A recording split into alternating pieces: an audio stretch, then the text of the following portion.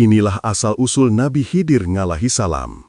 Dalam Islam, beliau diyakini sebagai salah satu Nabi Allah yang masih hidup hingga saat ini.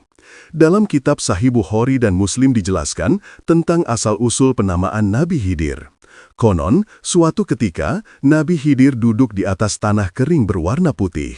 Tiba-tiba, tanah yang ia duduki berguncang dari bawah, lalu berubah menjadi hijau atau hadroh. Dalam kitab-kitab Az-Zahru An-Nadir fi Naba'i Al-Hadir, setidaknya dituangkan beberapa pendapat mengenai asal-usul Nabi Khidir sebagai berikut. 1. Ada pendapat yang mengatakan bahwa Nabi Khidir adalah putra dari Nabi Adam. Pendapat ini disampaikan oleh Daruqutni di dalam karyanya berjudul Al-Afrod dari jalur Rawat bin Jarrah. 2. Ada pendapat yang mengatakan bahwa Nabi Khidir adalah putra Qabil bin Adam.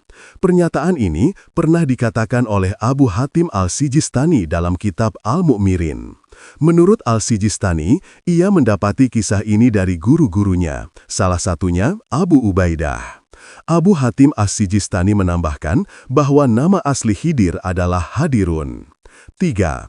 Ada pendapat yang disampaikan oleh Wahab bin Munabi. Menurutnya, nama asli dan garis keturunan Khidir adalah Baya bin Mulkan bin Kali bin Syali bin Abir bin Arfashats bin Sam bin Nuh. Pendapat ini didukung oleh Ibnu Qutaibah dan An-Nawawi. 4.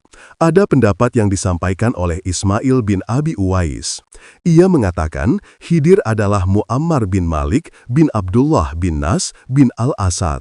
Dan ada yang mengatakan bahwa nama aslinya adalah Amir, sebagaimana diceritakan oleh Abu Al-Hattab bin Diyah yang bersumber dari Ibnu Habib Al-Baghdadi. 5. Ada pendapat yang mengatakan bahwa Khidir merupakan putra dari Amanil bin Nur bin Al-Is bin Ishaq. Pendapat ini diungkapkan oleh Ibnu Qutaibah, sementara menurut Muqatil, ayahnya bernama Amil. Selain itu, Nabi Khidir dikenal sangat berilmu tinggi dan juga bijaksana. Banyak yang mengatakan bahwa Nabi Khidir menguasai ilmu laduni, di mana beliau bisa melakukan hal-hal apapun yang tak bisa dilakukan oleh manusia biasa.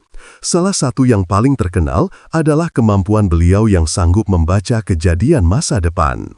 Bukan hanya berilmu tinggi, sosok Nabi Khidir juga sangat bijaksana.